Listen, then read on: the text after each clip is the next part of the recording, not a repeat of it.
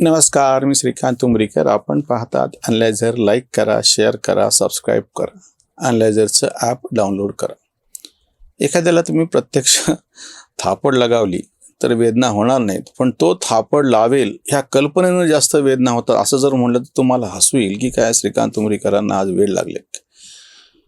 पण हे माझं मत नाही आहे. विरोधक ज्या पद्धतीने देशामध्ये अघोषित आणीबाणी आहे आणि देशामध्ये आर्थिक परिस्थिती खराब आहे, देश बुडत आहे, हे कल्पनेतलं सांगताय. प्रत्यक्षामधले कुठलेच आकडे यांच्या बाजूचे नाहीत. आता अशा वेळी काय म्हणावं, म्हणून म्हणलं ना की प्रत्यक्ष थापड मारली. आणीबाणीच्या काळामध्ये हजारो विरोधी पक्षांच्या नेत्यांना तुरुंगात डांगल्या गेलं. लाखो. प्रेस बंद होती, सगळं बंद होतं. 18-19 महिने लोक तुरुंगामध्ये सडले होते. कुठलीही त्याच्यावरती कारवाई न करता उचलून सरळ तुरुंगात टाकलेले. म्हणजे कुठले दाखल काही गुन्हा वगैरे असं अधिकृतरित्या काही न करता, ट्रायल काहीच नाही, उचललं तुरुंगात टाकले.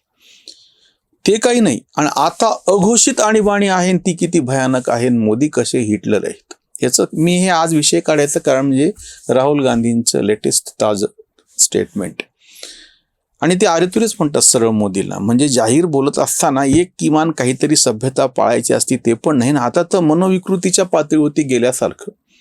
इलेक्शन कमिशनर ज्ञानेश कुमार यांना मेसेज कसे करतात, त्याच्यानंतर IB आणि बाकीचे सगळे प्रमुख यांना मेसेज कसे करतात, ज्युडिशियरीतली मोठे लोक यांना मेसेज, असं वाक्य आहे त्यांचं.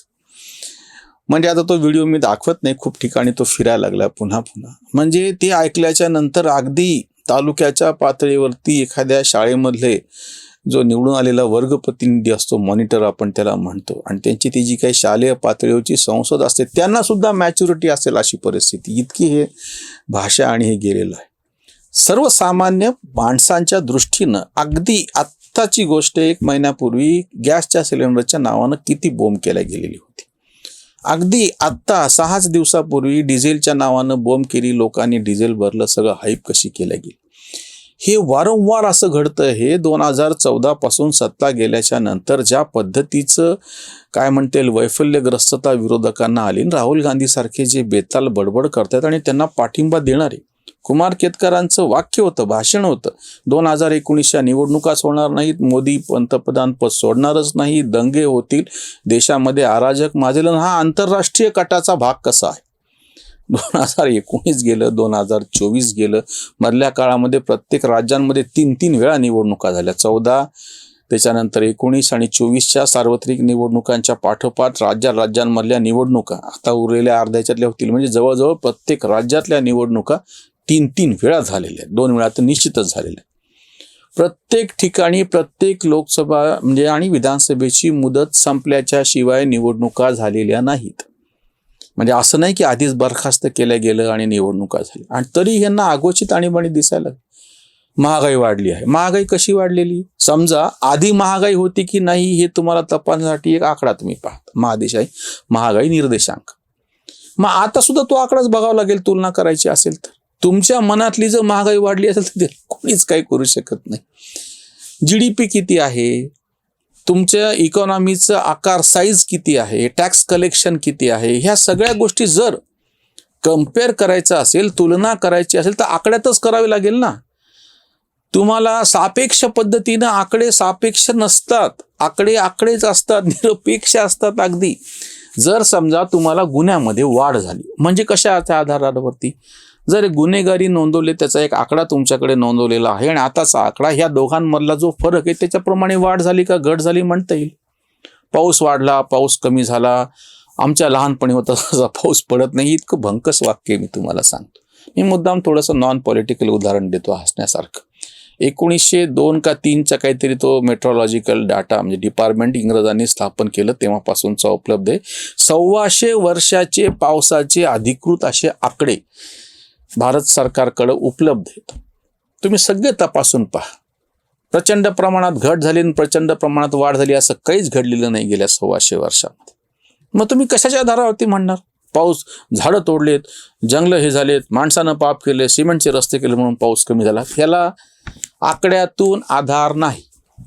तुम्हाला म्हणजे कल्पनेत म्हणायचं असेल तर तुम्ही म्हणू शकता. बरं, हे सगळं साहित्य संगीत कलेमध्ये शोभून तरी दिसेल. राजकारणामध्ये, अर्थकारणामध्ये, व्यापारामध्ये प्रत्यक्ष आकडे लागतात. तिथं मोदी पंतप्रधान पदावरती का आहे तर 282 किमान खासदारांचा त्यांना पाठिंबा आहे, प्लस जास्तीचे किती वेगळी गोष्ट, 272. ते असल्याच्या शिवाय कोणीही पंतप्रधानपदी बसू शकत नाही. तुम्हाला कल्पनेत वाटलं तो पंतप्रधान असत नाही, किंवा मला कल्पनेत असं वाटलं, राहुल गांधीचं वाक्य म्हणून मी सांगायलो की 1 वर्षाच्या आत मोदी पंतप्रधानपदी राहणार नाही. अरे मला त्याचा आधार सांगा ना. तुम्ही असं सांगा की मोदींना पाठिंबा देणारा अमुक एक खासदारांचा वर्ग आता नाही म्हणतोय म्हणून ते सरकार कोसळेल. मला हे तार्किकदृष्ट्या पटेल तरी. पण मी कल्पनेत म्हणलं महागाई वाढली म्हणून मोदींचं पद जाणार, लोकांमध्ये राग आहे म्हणून पद जाणार, आणि ज्यांचा लोकशाहीवरती विश्वास आहे असं त्यांचं म्हणणं होतं. लोकशाहीच्या रक्षणासाठी जे विरोधी पक्ष तुरुंगात गेलेले होते, त्याच्यातला जनसंघ म्हणजे नंतरचा झालेला भाजप वगळला, तर बाकी सगळे आज काँग्रेसच्याच बरोबर आहेत ना. आणि ते कुठल्या तोंडानं म्हणायला लागले, तुम्ही लोकशाहीसाठी आंदोलन केलं, लोकशाहीसाठी तुरुंगात गेले, आणि तुम्हाला लोकशाहीवरतीच विश्वास नाही. आता तुम्हाला असं वाटतं आहे की त्या नेपाळप्रमाणे, त्याच्यानंतर श्रीलंकेप्रमाणे, त्याच्यानंतर बांगलादेशप्रमाणे अजून कुठं काय काय लोक रस्त्यावरती यावेत. कशासाठी रस्त्यावरती यावेत? मी स्वतः चळवळीतला कार्यकर्ता आहे म्हणून तुम्हाला मी सांगतो, रस्त्यावरती लोक केव्हा येतात, काय येतात? तुम्हाला वाटलं म्हणून आणि आहे ते सरकारचं, तुमच्या मनात ते सरकार नाहीये म्हणून लोक रस्त्यावर येत नाहीत. तो प्रश्न तेवढा त्यांच्या कुठंतरी भिडला पाहिजे. बेरोजगारी वाढली आहे. कशाहून बेरोजगारी वाढली? काय आकडा आहे तुमच्याकडे? महागाई वाढली. कुठले आकडे तुमच्याकडे? जागतिक व्यापारात भारताची नामुष्की झाली. मोदी कंट्रोल नाही कर पा रे यांचं वाक्य. म्हणजे कालपर्यंतचा आरोप होता की मोदी सगळं कंट्रोल करतात, मोदी निवडणूक आयोग कंट्रोल करतात. बरोबर आहे. आजचं वाक्य असं आहे की निवडणूक आयुक्त मला मेसेज करतो. मोदींनी कंट्रोल केलेला निवडणूक आयुक्त राहुल गांधीला मेसेज करतो. ज्या निवडणूक आयुक्ताच्या नावानं कालपर्यंत राहुल गांधी ठाणाठाणा करत होते, ज्ञानेश कुमारच्या नावानं, पहिल्यांदा असं घडलंय की संविधानिक पदावरच्या एखाद्या व्यक्तीच्या नावानं अशा म्हणजे सरकारी ह्याच्यातल्या विरोधी पक्ष असा ठणठण करतो की जे शोभत नाही. तो व्यक्ती त्या पदाचं म्हणजे प्रातिनिधिक स्वरूपात काम करत असतो. आणि तुम्ही आता बिनधास्तच सांगता. खरं तर एका तरी पत्रकारानं उलटून त्यांना विचारायला पाहिजे की मेसेज आहे का काही दाखवा तुमच्या मोबाईलमध्ये. यापूर्वी मला वाटतं पेगाससचं प्रकरण झालं होतं, आणि मोबाईल तर तुम्ही चोरी कसं करता, जेव्हा मोबाईल मागितले की ठीक आहे तुमचा मोबाईल द्या आम्ही ट्रॅक करतो, दिला नाही राहुल गांधींनी तेव्हा. म्हणजे एक कुठल्याही, मी तर म्हणतो ना, फार हुशार, फार अनुभवी सोडा, बऱ्यापैकी ज्याला डोकं आहे 10वी 12वी शिकलेल्या पोराला जरी ते भाषण ऐकलं तर म्हणेल की हे काय, तू कुठलाच पुरावा देणार असेल. यापूर्वी याच राहुल गांधींनी निवडणुकीच्या आधी, तुम्ही पश्चिम बंगालच्या आधी म्हणजे बिहारच्या निवडणुकीच्या वेळेस किती बोंब यांनी केली होती. SIRच्या नावानं बोंब केली, त्या वोटिंग लिस्टच्या नावानं केली, EVMच्या नावानं केली, प्रत्येक निमित्तानं केली. एवढं करून निष्पन्न काय झालं की निवडणूक आयोग आम्हाला ते CCTV फुटेज देत नाही. 45 दिवसाची लिमिट त्यांनी दिलेली आहे. बिहारच्या निवडणुकीच्या नंतर मला वाटतं काहीतरी 14 नोव्हेंबर अशी ती तारीख आहे. त्याच्यानंतर 45 दिवस संपल्याच्या नंतर बरोबर 30 डिसेंबरच्या दरम्यान काहीतरी आम्ही व्हिडिओ केला होता की म्हणले ही मुदत आता संपतीये. आज तागायत एकाही विरोधी पक्षांनी निवडणूक आयोगाकडे बिहारच्या निवडणुकीच्या संदर्भात CCTV फुटेजची मागणी केली नाही, आणि आता मुदत संपली की ही बरोबर बोंब करणार की आता आम्हाला CCTV फुटेज दिल्या जात नाही. आणि तसंच झालं. परवाच्या 2 दिवसापूर्वीच्या राष्ट्रीय वाहिन्यांवरच्या चर्चा मी पाहत असतो, आणि ते समाजवादी पक्षाचे एक प्रवक्ते बोंब करायलेत की कसं CCTV फुटेज दिले जात नाही. मला हसू आलं. अरे जी दिलेली, आत्ता मी सांगतो, पश्चिम बंगालमध्ये एवढं सगळं झाल्याच्या नंतर तुम्ही मला एक ॲप्लिकेशन कोणाचं दाखवा की ह्या मतदारसंघातल्या त्या मतदानाच्या वेळेस CCTV फुटेज पाहिजे, जे अवेलेबल आहे. 45 दिवसाच्या नंतर ते डिलीट करतात डाटा. हे काही करणार नाही तोपर्यंत. अधिकृतरित्या अजूनही कुठल्याही विरोधी पक्षांनी न निवडणूक आयोगाकडे तक्रार केलेली आहे, न जाऊन प्रत्यक्ष कोर्टामध्ये केस दाखल केलेली निवडणूकच्या सगळ्या प्रक्रियेच्या संदर्भामध्ये. जी नावं डिलीट झाली त्या नावाच्या वती बोंब करतात, पण त्या नावाच्या वतीनं 5, 25, 50, 100 नावं घेऊन एक साधी PIL अजून गेलेली नाही की आम्ही तिथं प्रत्यक्ष जिवंत व्यक्ती म्हणून हजर आहोत आणि आमचं नाव कसं काय नाही.